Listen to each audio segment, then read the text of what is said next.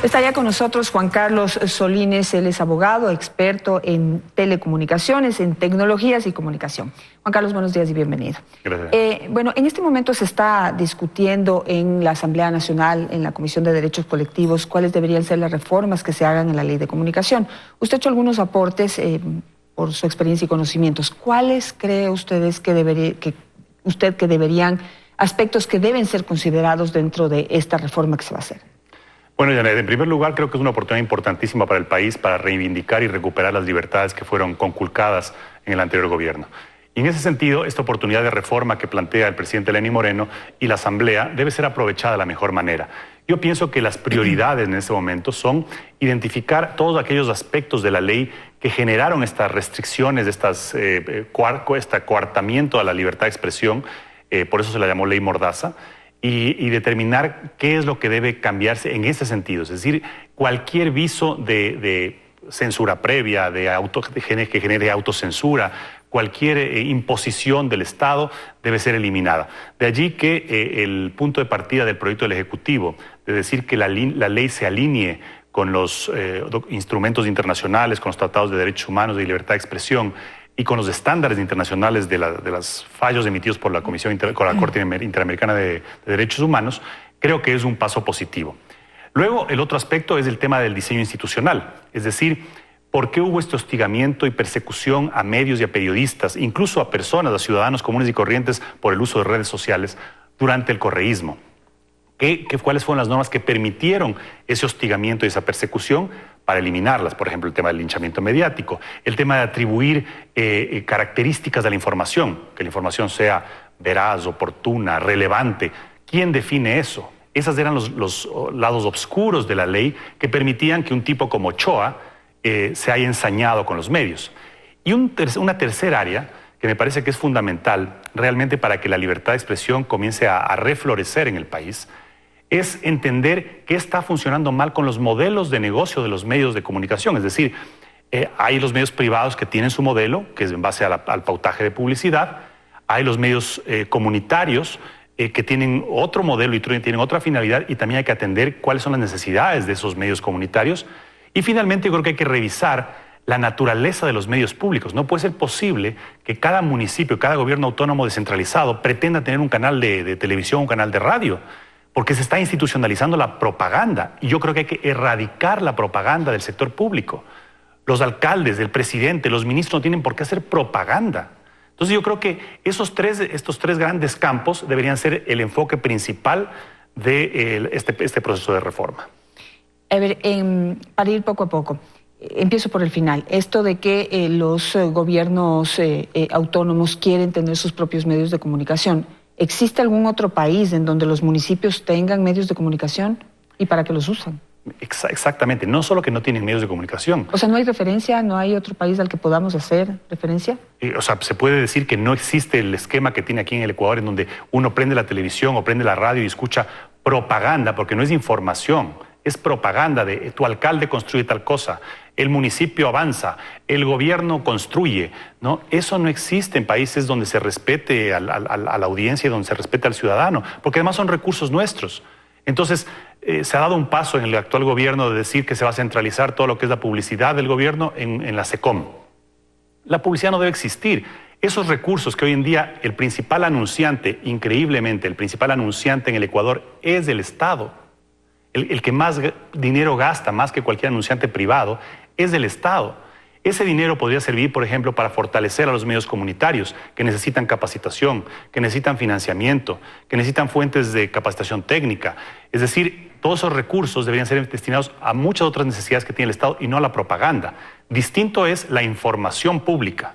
Es decir, antes los medios de comunicación tenían la obligación de dar espacios a los distintos estamentos del gobierno para que informen, para que emitan información pública, un informe de labores, por ejemplo, o en caso de una emergencia, pero no la publicidad.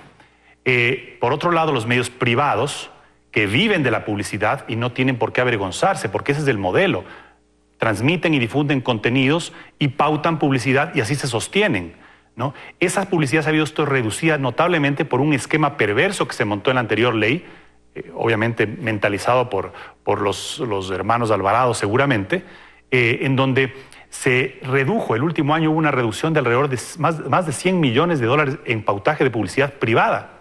Eso está ahogando a los medios privados. Entonces, si queremos realmente que los medios privados de diversa índole, con visiones democráticas de la realidad, con contenidos de distinta variedad, subsistan, debemos enfocarnos en recuperar esas fuentes de ingreso de los medios, que es el tema de la publicidad, que fue restringida, prohibida de manera, digamos, creo yo, manipulada por la ley actual de comunicación. Entonces, estos dos elementos nos permiten avisorar cómo deberían subsistir medios privados, medios comunitarios con financiamiento y capacitación y medios públicos limitados a una televisión pública, a una radio pública que más bien genere contenidos de calidad que pueda compartir con otros medios. Y que tenga intereses más en cuidar los recursos del Estado, luchar contra la corrupción y no esté casado con el gobierno de turno. Exactamente. Independientemente de cuál sea. Exactamente. En cuanto al tema que había una discusión porque en el gobierno anterior se vendió que parte de la igualdad y el equilibrio, la equidad, la justicia era dividir el espectro en tres, que era 33 para los comunitarios, 33 para el Estado y 33 para los privados. Digamos, en tres partes casi iguales, con un porcentaje un poquito mayor para los comunitarios, pero no dio resultado porque no tienen recursos precisamente. ¿Cómo debería quedar ese espectro para cumplir, digamos, este estamento que quedó escrito y al final no se cumplió, de que haya equilibrio, equidad y justicia para que el pueblo pueda tener acceso a medios democráticamente? Yo creo que esa fue otra de las propuestas demagógicas del gobierno, que la vendieron como que querían democratizar el espectro radioeléctrico y democratizar los medios de comunicación, pero que en la práctica justamente se da, Janet, lo que menciona. Es decir, que en los procesos de concurso para medios comunitarios, que se dio previo al concurso último que fue señalado por la Contraloría como ilegal, en los concursos previos no hubo propuestas de medios comunitarios. ¿Qué evidencia eso? Evidencia que aunque se le quería dar espectro radioeléctrico, frecuencias a los medios comunitarios, no había la capacidad todavía como para presentar propuestas. Por tanto, la entrega de frecuencias debe ser la última etapa, el último peldaño. Lo principal es generar la capacidad para que surjan medios y para que se sostengan medios en el tiempo, la capacidad de generar buenos contenidos para que esos medios puedan difundirlos, ¿no? Entonces, creo que es un proceso de generar un ecosistema saludable y la frecuencia es, como digo, el último eslabón. Es decir, usted ya está preparado, tiene la capacidad financiera, la capacidad técnica, tenga una frecuencia para que usted opere el medio. Entonces, a mí siempre me pareció, y fui crítico, de este reparto artificial, 33% para medios privados, 33% para medios públicos y 34% para comunitarios, porque no es una administración eficiente de un recurso natural que nos pertenece a todos los ecuatorianos. El espectro radioeléctrico, igual que el petróleo, igual que la minería, nos pertenece a todos los ecuatorianos y no puede ser parcelado, reservado por si acaso alguien me pida. Hay zonas en el Ecuador donde hay frecuencias disponibles, hay ciertas provincias donde no hay saturación. Ahora, si un medio comunitario quiere operar en Quito, vemos que el dial de la radio FM, por ejemplo, está absolutamente lleno. Entonces habrá que desempolvar ese informe de auditoría de frecuencias del 2009 que el gobierno de Correa lo escondió y que tenía un mandato constitucional, desempolvar ese informe y ver qué medios de los que operan en Quito, por ejemplo, operan ilegalmente, obtuvieron una concesión ilegalmente. Porque así se puede ir desalojando frecuencias para poder atender pedidos de medios comunitarios en Quito. Pero si un medio comunitario me pide en Chimborazo, probablemente le pueda dar directamente, sin concurso. Entonces yo creo que hay una distorsión manejada demagógicamente para asignar las frecuencias a dedo, que fue lo que se construyó en estos últimos 10 años. ¿Y a quién le interesaba? ¿A quién le interesaba? Al gobierno anterior en este caso. En cuanto a la figura, digamos, a esta posibilidad de que, a pesar de que existe una ley, y yo digo a pesar porque yo sí creo en que ya existen todas las normas internacionales para poder operar y aplicar todo lo que es libertad de expresión y de prensa en nuestro país, pero ya que por mandato constitucional tiene que haber una ley, ¿qué aspectos se debería garantizar que existan en esa ley para promover la libertad de expresión y la libertad de prensa? ¿Y cuáles hay que eliminar? Se había dicho, por ejemplo, que el linchamiento mediático es una figura ridícula, que la tienen que quitar de allí. Sí, existen algunas figuras absurdas que fueron introducidas por el anterior gobierno con el propósito de hostigar medios. Pero yo diría, una ya mencioné, es decir, cómo podemos crear un ambiente para que tanto medios privados como medios comunitarios puedan surgir y sostenerse y mantenerse en el tiempo. Eso creo que es la mejor garantía de que haya una democratización de la información y que haya una verdadera libertad de expresión. Si no tenemos medios saludables, si no tenemos medios diversos, claro, la información se circunscribe solamente a una visión o a ciertos intereses creados o intereses de grupo. Entonces yo creo que el fomentar un entorno de medios privados y comunitarios saludable es una primera etapa. Un segundo aspecto muy importante es garantizar que no haya normas que restrinjan esa libertad de expresión y opinión. Y para eso yo creo que debemos ubicarnos en el entorno tecnológico actual. Es decir, cuáles son las fuentes de acceso a la información y por qué mecanismos se difunde la información hoy en día, para entender cómo funcionan los medios y cómo el ciudadano se informa. Es decir, hoy día tenemos redes sociales, tenemos internet, tenemos páginas web y tenemos los medios tradicionales.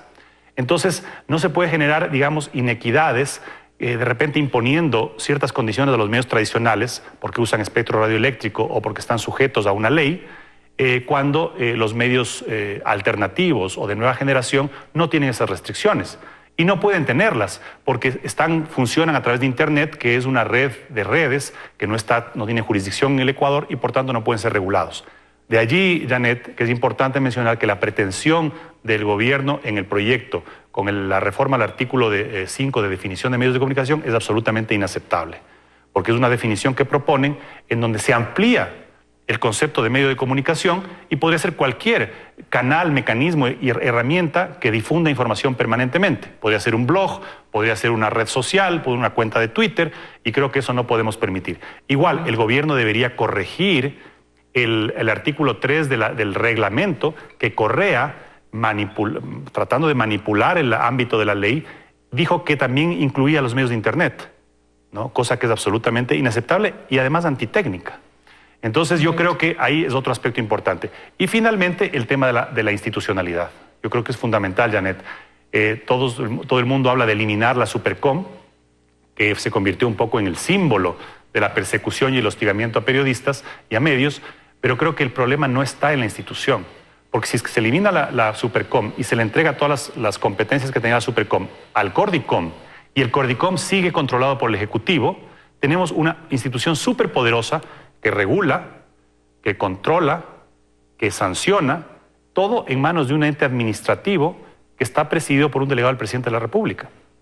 Entonces se vuelve eso mucho más peligroso, potencialmente peligroso, en caso de que quiera haber abusos, por ejemplo. Entonces yo creo que si es que se va a entregar al Cordicom todas esas competencias y esas funciones, debe reformularse la composición del Cordicom y tiene que presidirlo una persona absolutamente independiente a cualquier poder.